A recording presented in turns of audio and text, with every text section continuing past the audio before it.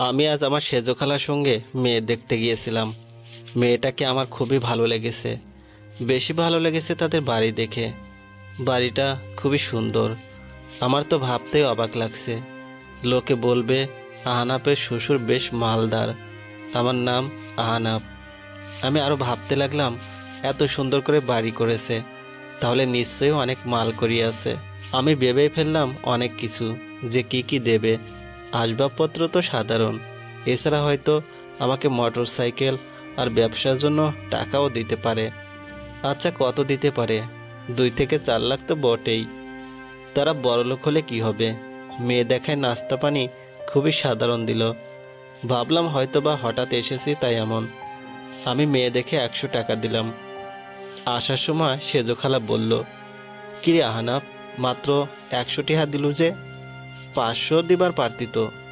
আমি বললাম, আহ খালা, থামো তো, বাদ দাও। তুমি খালি আমার বিয়েটা হওয়াইয়া দাও, এরপরে বুঝমুনে। খালা বলল, তোর খালু আর আমার বিষয়টা একটু দেখিস। আমি বললাম, আগে তো আমি পাইয়া লই নাকি, এরপর তোমরা। আমি ওদের দিন দিয়ে এসেছি, ওরা আগামীকাল আমার বাড়ি যাবে। অবশ্য ওদের আমাকে পছন্দ। যে চাপা মেরেছি, পছন্দ না হয়ে উপায় আছে? আমার খালা তো ভীষণ চাপা দিছে। আমার মা, খালা, নানা, মামারা সবাই দেখি এরা ভীষণ চাপাবাজ। আমার মা আমার বড় ভাবির মাকে এমন চাপা মেরেছিল যে মনে হচ্ছিল সে এখনই তার মেয়েকে রেখে যাবে। কিন্তু পরে যা হলো, ভাবি এখন রাত দিন ভাবে কেমনে ভাইয়াকে তালাক দিবে। কিন্তু ভাইয়া তো কাম আগেই সারছে, শ্বশুর বাড়ি থেকে সবই নিছে। ভাইয়ার মোটর সাইকেলটা দেখি আর ভাবি আমি কিভাবে পাবো। বাড়ি আসলাম রাতে। আমার কাপড়ের দোকান আছে আমাদের এই গ্রাম্য বাজারে। আমি প্রতিদিন রাতেই ফিরি বাড়িতে। এই প্রায় 9টা থেকে 10টা মতো বাজে। আজ বিকালেই বাড়ি আসলাম। এসে মাকে সব জানালাম। মা দেখতে যেতে চাইলো, কিন্তু আমি বললাম যে কাল তারা দেখতে আসুক, পরে তোমরা যেও। মা আমি বলতে পাগল, যা বলি তাই শোনে, রাজি হয়ে গেল। তবে মায়ের যাওয়ার ইচ্ছা ছিল। বড় ভাবিকে মা পছন্দ করে এনেছে, তাই আমার বেলাও তার যাওয়ার ইচ্ছা ছিল। কিন্তু আমার তা পছন্দ হলো না। বিয়ে আমি করব, পছন্দ আমি করেছি, তাতে আর কার কি। বড় ভাবি বাড়িতে নেই, তার বাচ্চা হবে এই 6 মাস নাকি চলছে। সে বাবার বাড়িতে গেছে। খানিকটা অসুস্থ দেখে আমরা পাঠিয়ে দিয়েছি। ডাক্তারের ঝামেলা আমরা পোহাতে পারবো না। আর টাকা খরচের তো বিষয় আছে নাকি, তাই ভাবি তার বাবার বাড়িতে গেছে। পরে শুনি বড় ভাইও আজ গেছে ভাবিকে দেখতে। আমি বুঝি না ভাইয়ার প্রতি সপ্তাহে যাওয়ার কি প্রয়োজন হয়। মা ভাই আর ভাবিকে ফোন করে বলে দিল আসার জন্য। ভাই আর ভাবি তখনই রওনা দিল। ভাবির আসার ইচ্ছা না থাকলেও আসতেই হবে, না হলে আমাদের বাড়িতে পরে আসলে কি অবস্থা হবে তা সে খুব ভালোই জানে। ভাবিদের বাড়ি আমাদের বাড়ির কাছেই, আসতে 1 ঘন্টা মতো সময় লাগে। রাতে আমরা সব আলোচনা করলাম। খাবারে আর নাস্তায় সব ভিআইপি মেনু রাখলাম, যাতে তাদের অপছন্দ না হয়। মা ভাবিকে বললেন, রান্নার সব দায়িত্ব কিন্তু তোমার। তোমার দেবরের বিয়ে, তুমি পারবে তো? ভাবি অবাক হয়ে গেল। আর সে অসুস্থ ছিল, সে বলল, একা সব করতে কষ্ট হয়ে যাবে। পরে আমি বললাম, আপনার আব্বা মাকে ও আসতে বলেন, তারা আসুক। আপনার আব্বা ব্যাংকার ছিলেন, ভালো কথা জানে। সে এসে বিয়ের কথা বলবে। আর আপনার আম্মা রান্নায় মাকে সাহায্য করবে, আর আপনি বাড়িঘর সব গোছাবেন। ভাবিও তার মাকে সব বলে দিল। পরের দিন ভাবির আব্বা আম্মা আসলো, তারা সব কাজে সাহায্য করলো। আমার শ্বশুর আমাকে খুবই পছন্দ হলো। আর পছন্দ হবে নাই বা কেন? আমি কি খারাপ নাকি? আমার বিয়ে সুরাইয়ের সাথে ঠিক হয়ে গেল। আমাদের কোনো দাবি দেওয়া নেই। কাবিন 1 লক্ষ ঠিক হলো। তারা আরও দাবি করেছিল, কিন্তু আমরা জোর করে তাদের বুঝিয়ে শুনিয়ে এটা করলাম। তবে অন্য আরেকটা কথা ছিল। কথাটা হলো, বিয়েতে ভাবি আর আমার বোন বউনাই যাবে। তাদের পছন্দ হলে বিয়ে হবে। আমার আব্বা আম্মা আমার বোনকে অধিক গুরুত্ব দেন। একটা মাত্র মেয়ে বলে কথা। আমরা 3 ভাই 1 বোন। আমি মেজো, সবার ছোট বোন। আমার আগে এক ভাই, পরে আরেকটা। আমার বড় ভাই আরমান, আমি আহানাব। ছোট জনের নাম আয়াস, বোন মান্তাসা। আমাদের আব্বা কৃষক, জমি মোটামুটি কিছু আছে। বেশি না, এতেই আমাদের চলে যায়। বড় ভাই স্কুল টিচার, আমি কাপড়ের দোকানি। ছোটজন তেমন কিছু করে না, বোনের বিয়ে হয়ে গেছে। আমাদের বাড়ি থেকে সবাই মেয়ে দেখার মতো প্রস্তুতি নিয়ে গেলেও আমি বিয়ের প্রস্তুতি নিয়ে গেছিলাম। আমি তাদের কথা দিয়ে আসছিলাম, এটা আমার বাড়ির লোক জানতো না। জানতাম আমি আর আমার সেজো খালা। খালার বাড়িতে প্রথমে গাড়ি দাঁড় করানো হলো। খালা আমার গায়ে হলুদ দিয়ে দিল। সবাই অবাক হয়ে যেতে লাগলো আর বলল, দেখতে এসে গায়ে হলুদ কেন? খালা বলল, যদি বিয়ে হয়ে যায়, মেয়ে পছন্দ হয়ে যায়, তার জন্য আগেই দিয়ে রাখছি। কেউ আর কোনো কথা বাড়ালো না। ওদের বাড়ি যে দেখি সব অনুষ্ঠানই প্রায় কমপ্লিট, শুধু আমি যে কবুল বলে দিলেই ব্যাস। আমার বোনের আর ভাবির হয়তো মেয়ে পছন্দ হয়নি, তাই ওরা বারবার আমাকে ডাকছে। কিন্তু তাতে আমার কি, আমার তো পছন্দ।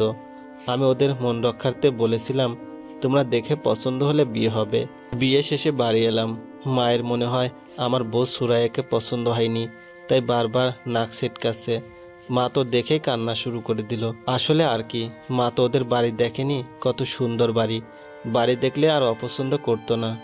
রাতের বেলা মা আমাকে এক কোণে ডেকে নিয়ে বলল, তোকে নাকি 3 লক্ষ টাকা দেবে, কথা কি সত্যি? আমি বললাম, কে বলল? মা বলল, তোর খালা বলেছে। আমি বললাম, আমাকেও খালা বলেছে, সুরাইয়ার বাড়ি কেউ বলেনি। মা বলল, যদি টাকা না দেয় তো ওই পাপুরা বইয়ের এ বাড়িতে জায়গা হবে না। আমি বললাম, কি পাপুরা? মা জিজ্ঞেস করলো, কেন, তুই দেখিসনি? আমি বললাম, না। আমি ভাবতে লাগলাম, আমি কি কোনো ভুল করেছি সুরাইয়াকে বিয়ে করে? তখনই আব্বা আমাকে ডাক দিল আর বলল, তোমার শ্বশুরবাড়ির লোকজন এত ছোট লোক কেন? আমি আব্বাকে জিজ্ঞেস করলাম, কি হয়েছে? আব্বা বলল যে 20 জন যাওয়ার কথা ছিল, মানলাম। সে জায়গায় না হয় আমরা 45 জন গিয়েছি, তাই বলে তোমার মামাকে তারা বেশি কথা বলবে? আর তোমার বড় ভাই, তোমার বউনাই যে না খেয়ে এসেছে, সেদিকে খেয়াল আছে? আমি আর কি বলবো, খুঁজে পেলাম না। আসলেই তো, এত ছোট লোক বাড়িতে বিয়েটা করাই আমার উচিত হয়নি। ভেবেছিলাম তারা বড়লোক মানুষ, আত্মা বড় হবে, কিন্তু তা হলো কই। পরক্ষণেই আবার মনে পড়ল, আমাদের বাড়ি থেকে তো আমরা গেলাম 12 জন, আর খালার বাড়ি থেকে নাকি 4 জন যাবে, মোট 16 জন। তা 45 জন হলো কিভাবে? আমি আমার বড় ভাবিকে ডাক দিলাম। ভাবি চারদিকে বেশ খেয়াল রাখে। ভাবিকে আমার বেশ ভালো লাগে, সবার সাথেই বেশ বন্ধুসুলভ আচরণ করে। তাকে জিজ্ঞেস করলাম, আচ্ছা ভাবি, মানুষ ঠিক হলো 16 জন, আর ওইখানে যে দেখি 45 জন, কারণ কি? ভাবি যা বলল শুনে আমার মাথায় হাত। আমার সেজো খালা তার শ্বশুরবাড়ির সব লোকজন নিয়ে গেছে। বুঝলাম না আমার বিয়েতে খালার এত মাতব্বরি করার কি দরকার আছে। আমার আম্মা শুনে ফেললো যে ভাবি আমাকে বলছে খালার শ্বশুরবাড়ির লোকজন ছিল বেশি। আম্মা এসেই ভাবিকে অনেক বকাঝকা করলো। ভাবি সেখান থেকে চলে গেল। ভাবি যে ভাইয়াকে এসব বললে ভাইয়া ভাবিকে আরও বেশি বকাঝকা করতে লাগলো। ভাইয়া এমনি না খেয়ে এসেছে বলে খুব রাগ, তার উপর আবার ভাইয়া মাকে খুব ভালোবাসে। মার সম্পর্কে সাধারণ কথাটাও শুনতে পারেন না। পরে আমারই খারাপ লাগতে লাগলো, আমি কেন শুধু শুধু ভাবিকে ডাকতে গেলাম। আমাদের বাড়ির পরিবেশ সম্পর্কে তো আমি জানি। ভাইয়া খাচ্ছিল না, সে একটু রেগে আছে। সবাই ডাকতে গেলেও আসলো। ভাইয়ার শাশুড়ি সেদিন আমাদের বাড়িতে ছিল, সে ভাইয়াকে ডাকতে গেলেও আসলো না। পরে আমার স্ত্রী সোরায়া ডাক দিলে চলে আসলো। নতুন বউকে অপমান করার সাহস আমার ভাইয়ার হয়নি। আর ভাইয়ার সেদিন মন খারাপ ছিল, কারণ ভাইয়া ভেবেছিল তার শ্বশুরবাড়ি থেকে আমার শ্বশুরবাড়ি বেশি বড়লোক। ভাইয়া ভাবির উপর একটু রাগ দেখাতে লাগলো। ভাবি খুব অসুস্থ ছিল দেখে সেও আর কথা বাড়ায়নি। তার উপরে আবার তার মেয়ে হবে। আমার আম্মা তা নিয়ে বেশি অসন্তুষ্ট। আমি বেশ খোশ মেজাজে ভারী আমেজে ঘরে ঢুকলাম। আমার স্ত্রী দেখলাম বসে আছে। আমরা সিনেমা বা গল্পের মতো না যে আপনি আর আমি দুজন দুজনকে বুঝবো, এসব কিছুই হবে না। বয়স আমার 27, পুরুষত্ব তো আর কম জাগেনি। প্রথম রাতে স্ত্রী সতীত্ব হরণ করলাম, আর খেয়ালও করলাম ব্লাড এসেছে কিনা। ব্লাড এসেছে, তার মানে আমার স্ত্রী সতী। তবে একটা জিনিসে আমার মন খারাপ হলো, আমার স্ত্রী পা থেকে শুরু করে মাজা পর্যন্ত পোড়া। তারপর মাথায় আবার চুল বেশি নেই, একেবারে রোগাটে চেহারা। আজ যেন আরও বেশি রোগা রোগা লাগছে। আজ ভালো করে খেয়াল করলাম, তাকে যেদিন দেখতে গিয়েছিলাম সেদিন বাড়ি খেয়াল করতে গিয়ে তাকে আর খেয়াল হয়নি। এখন তো আমার আর কিছু বলারও নেই। তবে শ্বশুর অনেক জিনিস দেবে এই ভেবে ফুরফুরে মেজাজে ঘুমালাম। সকালে ঘুম থেকে উঠে দেখি মায়ের মেজাজ খুব খারাপ, সাথে আব্বাও খানিকটা রেগে আছে। আমার বোনের মন খারাপ। আমার স্ত্রী পাশে চুপ করে বসে আছে। আমি জিজ্ঞেস করলাম কি হয়েছে। পরে তারা আমায় জানালো লোকে হাসাহাসি করছে আমার ভাবির থেকে সুরায়ের বয়স বেশি তার জন্য। আমার ভাবি বেশ উঁচু লম্বা ফর্সা। মা সবাইকে বলেছিল যে বড়টার মতো মেজোটার বউ আনবো। লোকে বলে যাচ্ছে কি ব্যাপার, একরকম পাইলে না তো, বলেই মহিলারা খুব হাসাহাসি করছে। যাই হোক, আমি আর সেসবে পাত্তা দিলাম না। তবে দেখি ও খুব কানাঘুষা করেই যাচ্ছে। এর মধ্যে ভাবি আবার চলে গেলেন তার বাবার বাড়ি। সে শুধু আমার বিয়ে উপলক্ষে এসেছিল, আবার আসবে তার বাবু হলে। আমার তো ভীষণ চিন্তা বাঁধলো। সুরায়াকে ভাবি দেখে দেখে রাখতো, কাজকর্ম দুইজন মিলে করত। কিন্তু এখন সুরায়াকে সব একাই করতে হবে। সুরায়াদের বাড়ি থেকে আমাদের নিতে আসলে তারা বাজার করে আনলো। আমি তো মনে মনে বেশ খুশি। তাদের ওখানকার এই নিয়ম, তারা আমাদেরকে তাদের সাথে নিয়ে গেল। কিন্তু এই আনন্দ আমার বেশিক্ষণ থাকলো না। সুরায়াদের বাড়িতে আমাদের তেমন যত্ন হলো না। আমার সাথে আমার বোন জামাই আর আমার ছোট ভাই গিয়েছিল। ওরা তো রেগে আগুন। খাবার দাবারের অবস্থা বেশি একটা ভালো ছিল না। মানে নতুন জামাই বলে যা আদর যত্ন পাবো ভেবেছিলাম, তার কি কেনিকোনাও পেলাম না। আমার ছোট ভাই তো একেবারে রেগে আগুন। সে বলল, তুই নিজে মাতব্বরি করে বিয়ে করেছিস, এমন কিপটে জায়গায় বিয়ে কেন করলি বল। বাড়ি ফোন দিয়ে বলল বাড়ি আসি সব ভেঙে চুরে ফেলবো, ডেকে এনেও অপমান। আবার সুরাইকে আমি অনেক বাজে বাজে কথা বললাম তোমার বাবা মা মানুষের পাতে ভাত দিতে পারে না, আমাকে বললে তো আমি বাজার করে দিতাম। অনেক অনেক বেশি কথা বললাম। এতে সুরাইয়া আমার উপর রেগে গেল। তারপর আমাদের বাড়ি থেকে লোকজন আসার কথা ছিল। আমি শুনলাম যে আবার আমাদের বাড়ি থেকে আমাদের নিতে আসলেও নাকি বাজার করে আনতে হবে। এই নিয়ে আমার বাড়ির সবাই অমত করলো। সুরাইয়া আমাকে স্পষ্ট জানিয়ে দিল বাজার না করে আনলে সে যাবে না।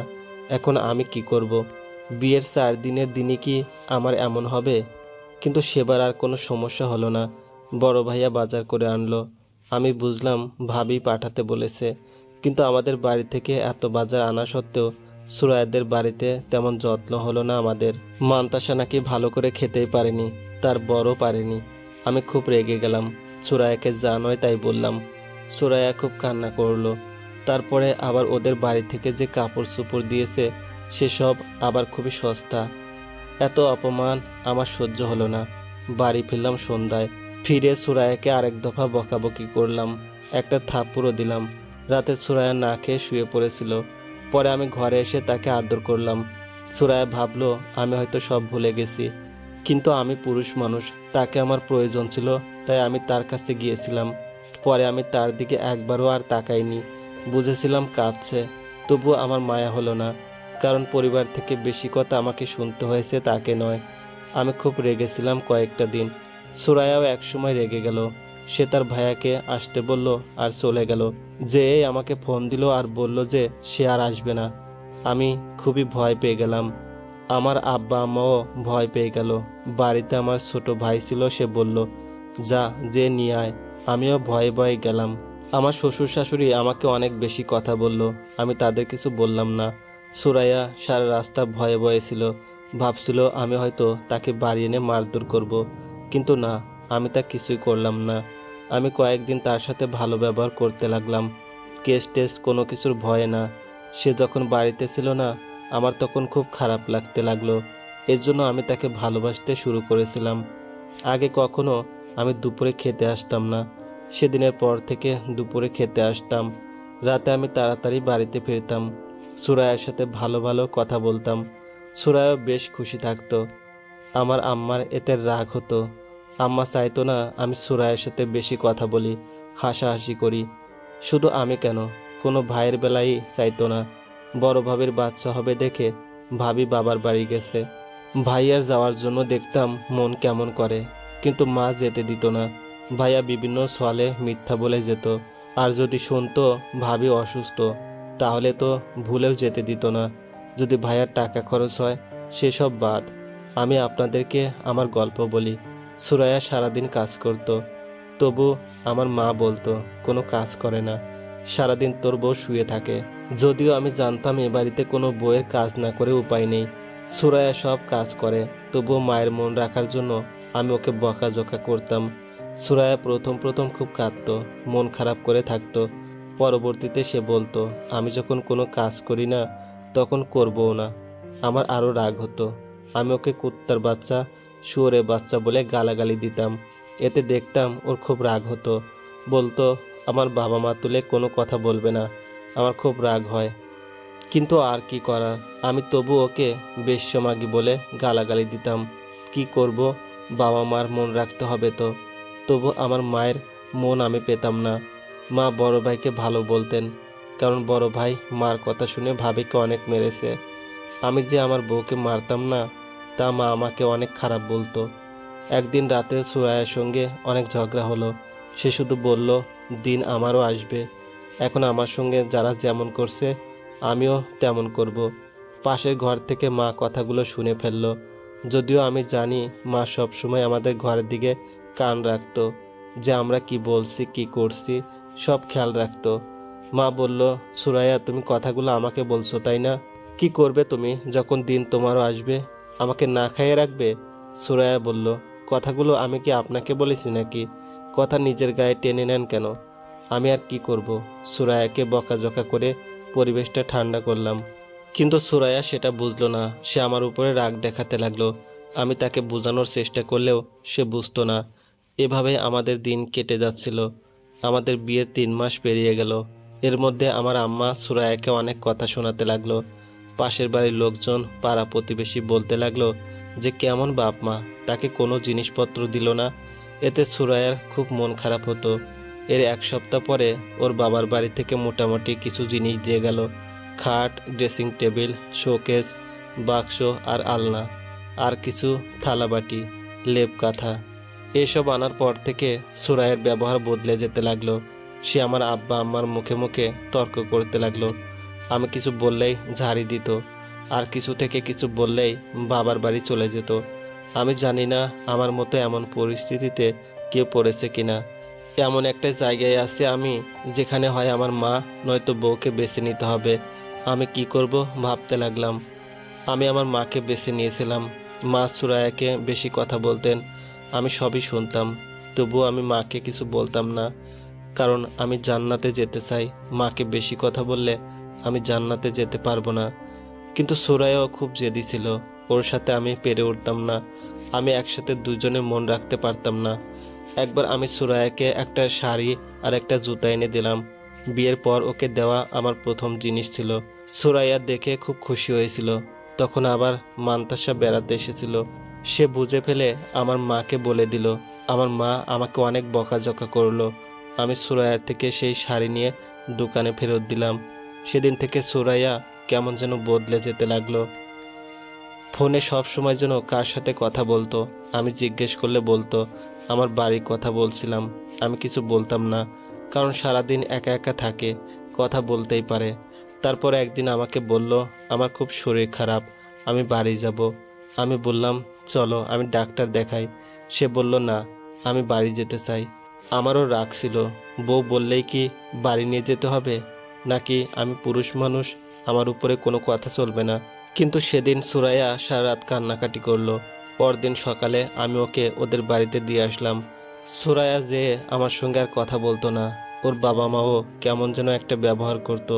এমনি আমার শাশুড়ি তো কোনোদিন আমাকে পছন্দই করেন না। সুরাইয়া বাড়ি যেয়ে আমাদের বাড়ির সব ঘটনা বলল। ওর বড় আপা দুলাভাই ওকে পরামর্শ দিল আমাকে তালাক দেওয়ার জন্য। সুরাইয়া রাজি হয়ে গেল, কিন্তু সে আমাকে ভালোবাসতো দেখে সেবার ফিরে এসেছিল। আমি ভেবেছিলাম এবার সব ঠিক হয়ে যাবে, আমার আব্বা আম্মা আর তার সাথে খারাপ ব্যবহার করবে না। কিন্তু না, আমার আম্মা একদিন সুরাইয়াকে মারতে গিয়েছিল। সুরাইয়া সেদিনকার কথা তার মাকে জানিয়ে দিল। তার পরের দিন ওর আব্বা আম্মা আমাদের বাড়ি আসে। সেদিনই তারা প্রথম আসে আমাদের বাড়ি। অনেক বাজার করে নিয়েছিল, কিন্তু আমার আম্মা স্বভাববশত তাদের তেমন কিছু খেতে দিল না। বড় ভাইয়ের বেলায়ও তেমন করেছিল, সেসব ফ্রিজে রেখে দিল। আর মান্তাসেরা আসলে সব ওদেরকে দিল। রাতে অনেক কথাবার্তা উঠলো। সুরাইয়ের আম্মা আমাকে জিজ্ঞেস করলো, বিয়ের পরে নাকি মেয়েদের চেহারা সুন্দর হয় শুনেছিলাম। আমার বেলা আর আমার বড় মেয়ের বেলায় দেখেছিলাম, কিন্তু আমার মেজো মেয়ের এটা একেবারে খাটলো না। সে চিকন হয়ে গেছে, তার খাওয়া দাওয়ার সমস্যা। তুমি তাকে ঠিকমতো কাপড় চোপড় দাও না, তার সাথে ভালো ব্যবহার করো না, তাহলে সে তোমাদের বাড়িতে কেন থাকবে? আমি কোনো উত্তর দিতে পারলাম না, কারণ আমি জানি আমাদের বাড়িতে কোনো বউরাই ভালো থাকে না। আমরা কেবল নিতে জানি, দিতে জানি না। সুরাইয়ার আব্বা আম্মা পরের দিন সকালে সুরাইয়াকে ভালো মুখে নিয়ে গেল। আমি জানতাম সুরাইয়া আর আসবে না, কিন্তু আমার আব্বা মা ভেবেছিল সুরাইয়া আবার আসবে। তারা ভেবেছিল বাড়ির বউরা অবহেলার জিনিস, হাজার মার খেয়েও পড়ে থাকবে। কিন্তু সুরাইয়া তাদের ধারণা ভুল করে দিয়ে আমাদের নামে মামলা করলো। মামলা করার পরে পুলিশ আমাকে আর আমার আম্মা আব্বাকে ধরে নিয়ে গেল। আমরা 2 দিন জেলে ছিলাম। পরের দিন বড় ভাই আমাদের নিয়ে এসেছিল। এখনকার যুগে টাকা থাকলেই সব সমাধান, সে যত বড়ই অপরাধ হোক না কেন। আমরাও টাকা দিয়ে সব মিটিয়ে নিলাম। তারপর সুরাইয়াকে ক্ষতিপূরণ হিসেবে কাবিনের 1 লক্ষ টাকা আর বাড়তি 1 লক্ষ টাকা আমি দিলাম, আর ওদের বাড়ির দেওয়া সকল জিনিস ওরা নিয়ে গেল। বাড়ি এসে আমার মা আমাকে বলল, মন খারাপ করিস না বাবা, ওর থেকে বড়লোক ঘরে তোকে বিয়ে দেব, তারা আমাদের আরও জিনিস দেবে। আমি কিছু বললাম না, শুধু তাকিয়ে থাকলাম।